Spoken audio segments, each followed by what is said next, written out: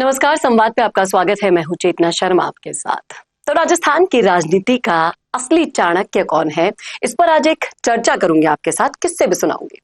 तो बने रहेगा लास्ट तक मेरे साथ। तो अशोक गहलोत का राजनीतिक कद और रणनीतिक पकड़ अब लगातार सवालों के घेरे में है। जिस जादूगरी से उन्होंने राजस्थान की सियासत में सालों तक अपना दबदबा बनाए रखा था ना, वही जादू अब राष्ट्रीय स्तर पर फीका पड़ रहा है। हाल ही के चुनाव परिणाम देख लीजिए, और कांग्रेस की लगातार हार ने इस जादूगरी की चमक को मध्यम कर दिया है। किस्से पे किस्से मैं आपको बताती हूँ। महाराष्ट्र की 75 सीटों की जिम्मेदारी और नतीजे आप देख लीजिए। 2024 के महाराष्ट्र विधानसभा चुनाव में गहलोत को 75 सीटों का ऑब्जर्वर बनाया गया था। कांग्रेस ने उम्मीद लगाई थी कि उनकी संगठनात्मक कुशलता और रणनीतिक पार्टी को बढ़त दिलाएगी, पर परिणाम हम सबके सामने है। कांग्रेस की स्थिति न सिर्फ कमजोर हुई, बल्कि विपक्षी एकजुटता भी बिखर गई। चुनाव के बाद उन्हें सीनियर ऑब्जर्वर बना दिया गया, पर सवाल वही का वही है। क्या पार्टी ने परिणाम से कुछ सीखा?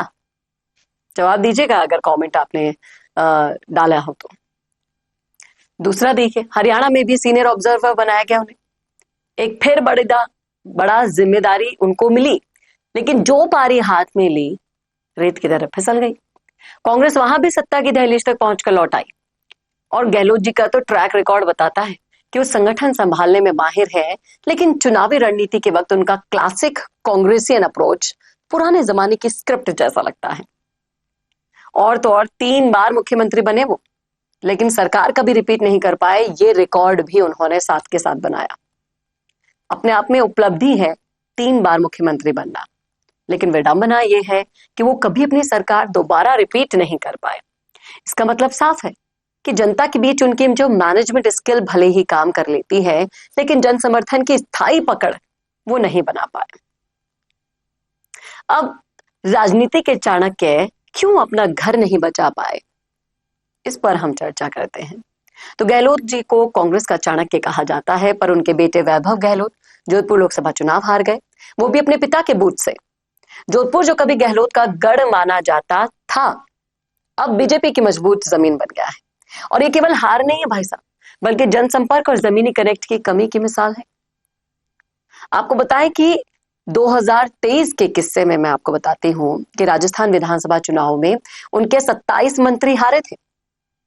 कई नेताओं ने बीजेपी का दामन थाम लिया था, और ये ना सिर्फ हार थी, बल्कि कांग्रेस के अंदर विश्वास संकट का संकेत भी था। और गहलोत की पकड़ कमजोर हो चुकी थी, इसका एग्जाम्पल था। संगठन में वफादारी की जगह अवसरवाद ने ले ली थी, इसका उदाहरण बना। अब चलिए बात करते हैं बिहार की, क्योंकि हाल ही में बिहार में कांग्रेस का रुख मजबूरी की राजनीति का प्रतीक जैसा लग रहा है। तेजस्वी यादव के साथ रहना पार्टी की रणनीतिक व्यवस्था थी, वरना परिणाम और भी भयानक हो सकते थे। और सवाल यह है कि जब पार्टी राष्ट्रीय स्तर पर पुनरुत्थान की कोशिश में है, तो क्या ऐसे रणनीतिक फैसले उसके लिए आत्मघाती नहीं है? बताइएगा जरूर इन सारे सवालों का जवाब अगर आप सुन रहे हैं ये विश्लेषण। और अगर ऐसे चाणक्य हो तो बीजेपी क्यों चिंता करे? राजनीति का व्यंग्य बड़ा सटीक बैठता है। अगर कांग्रेस के पास गहलोत जैसे चाणक्य है, तो बीजेपी को चिंता करने की जरूरत ही नहीं है। बीजेपी को तो ऐसे ही रणनीतिकारों से फायदा होता है साहब, जो चुनावों से पहले ऊंचे वादे करते हैं, लेकिन परिणाम के दिन मोदी शाह ही सच्चे चाणक्य बनकर निकल जाते हैं। तो इस पूरे एनालिसिस का जो निचोड़ निकला है वो ये है कि अशोक गहलोत का अनुभव, उनकी सियासी समझ और संगठन पर पकड़ नकारा नहीं जा सकती। पर सच्चाई ये भी है कि गहलोत की जादूगरी अब कांग्रेस के लिए जीत का मंत्र नहीं रही है। और अब वक्त है कांग्रेस अपने पुराने चाणक्यों से आगे बढ़े, नए चेहरों, नई सोच और जमीन से जुड़े नेताओं को आगे लाए, वरना जादूगर की राजनीति का अंत कांग्रेस के भविष्य को और धुंधला सकता है, साफ कर सकता है।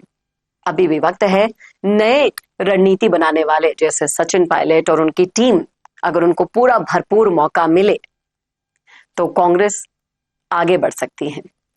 गहलोत का नाम आज कांग्रेस की परंपरा है, लेकिन असफल रणनीति का प्रतीक भी बन चुका है।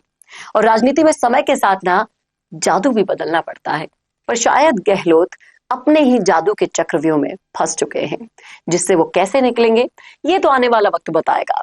और अगर कांग्रेस का नया चाणक्य मैं पूछना चाहूं आपसे, आपकी नजर में कौन बन सकता है जो कांग्रेस को आगे ले जा सकता है? तो लिख डालिएगा कमेंट बॉक्स में। माफी चाहती हूं गहलोत जी के फैंस को अगर बुरा लगा हो तो, लेकिन जो सच है, जो आईना दिखाने की कोशिश मीडिया के माध्यम से हम करते हैं वही किया गया है, और संवाद उसी का प्लेटफॉर्म है जहां पर सच बोला जाता है, दिखाया जाता है, वो आईना जो देखने से कतराते हैं ये लोग। बताइएगा जरूर कमेंट करके कैसा लगा वीडियो, और ऐसे वीडियोस के लिए देखते रहिए संवाद भारत के लिए। नमस्कार। भारत का सबसे तेजी से बढ़ता हुआ डिजिटल न्यूज चैनल, जिसका परिवार 4,17,000 लोगों से भी ज्यादा बढ़ रहा है, वो संवाद न्यूज चाहता है हर जिले और हर राज्य में मीडिया पार्टनर्स। तो अगर आप बनना चाहते हैं संवाद न्यूज के पार्टनर्स तो कांटेक्ट करें नीचे दिए गए नंबर्स पर। इसके अलावा अगर आप वीडियो एडिटर बनना चाहते हैं या फिर न्यूज इंडस्ट्री में बतौर इंटर्न सब सीखना चाहते हैं, तो संवाद न्यूज के जयपुर हेड ऑफिस में काम करने के लिए संपर्क करें स्क्रीन पर दिए गए नंबर पर।